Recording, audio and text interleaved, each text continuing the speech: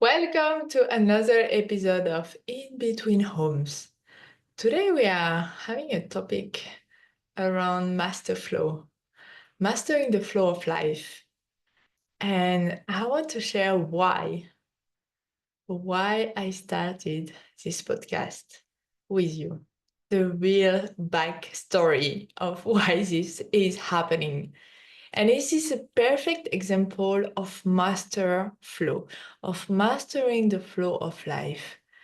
Because often in life, something happen, there is a bit of disappointment, and then life continue. And one day you are able to connect the dots. Let me explain you. 2 years ago, I was in a mastermind with amazing people in America. And it has been 2 years I was learning and studying sales and marketing for the digital market, how to really relaunch my business digitally, like not being stuck in one location, but being able to serve the world on a global scale and to be able to live anywhere, basically, where I choose to be. So I spent 2 years learning sales and marketing strategies, especially for the digital market. And we were meeting in Arizona for this mastermind. And the leader, the mentor, just say, "Hey, should launch a podcast. This is an amazing strategy for your business. I'm going to explain you why." Because a podcast is a way to gather people together to interview other people who have audiences, to really showcase who you are, having an amazing conversation, create content, and blah, blah, blah, blah, blah, blah. A lot of great things. And I was sold. I was like, yeah, of course, make totally sense. But honestly, I don't have any tech knowledge on even how I can do that. I don't want to do any of those.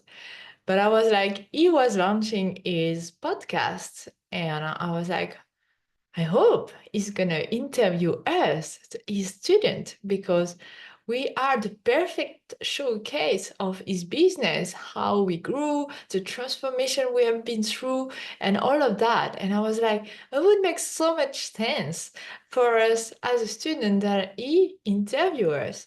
And then we have perfect content for our social media. We can share a little bit of our story. We can be seen and visible from his audience and really being like study case. And I could see this as a perfect thing for him and for his business to grow.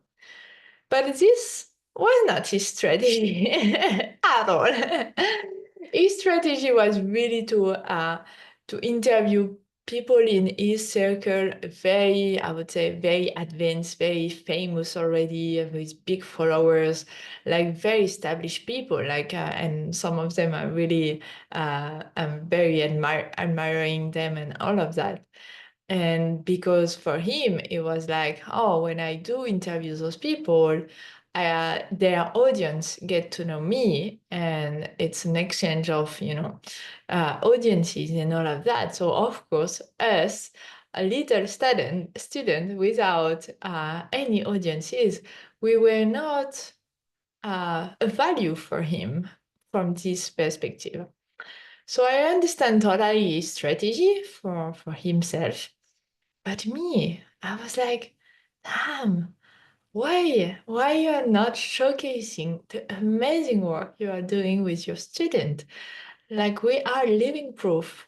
We are normal people that have been shifting during COVID, during the pandemic, and being able to thrive when a time was very difficult. Anyway, I stayed a little bit on my frustration at the time. I was a bit disappointed, but I was like, you know what? His strategy, his way of doing his business. And this led me to today's biggest lesson is in life, when you don't get what you want, maybe the best way is to do it yourself. It's to create what you have been missing, it's to create what you have not been receiving from others, from other company, from others, maybe support from partners and all of that. So actually from that lack and from that frustration, I was like, one day I'm going to do it. And this day came a few months ago, when I did my business planning. I was like, this is the time now. I feel ready. I want to speak. I want to be able to share what I do with people. I want to be able to interview people I met on my path who are kind of ordinary people, like me, but they have extraordinary life. They are living uh, in foreign countries. They have been having businesses. They have been transitioning from a state to another state, to a situation to another situation. And I was like, this is what I want to share with the world, is those people are normal people. Most of them have no followings or low followings like me. But it's not about that. It's about having a space for me, this podcast, to have a heart-to-heart conversation with amazing people that are part of my journey, that I truly feel connected with, that have amazing things to share, and just to inspire others like you to maybe start creating a life that you love. Because when you look at all those stories, when you hear all those different people from so many different countries, culture, living in so many different places, you can really understand there is not only one path. When we grow up, we have been told like, hey, yeah, get your diploma in French master degree, and then get your first job, then get your first apartment, take a loan for 25 years, then get a car, get maybe a cat or a dog, get a boyfriend, next husband, and then start having kids. And yeah, that path never been kind of attractive for me.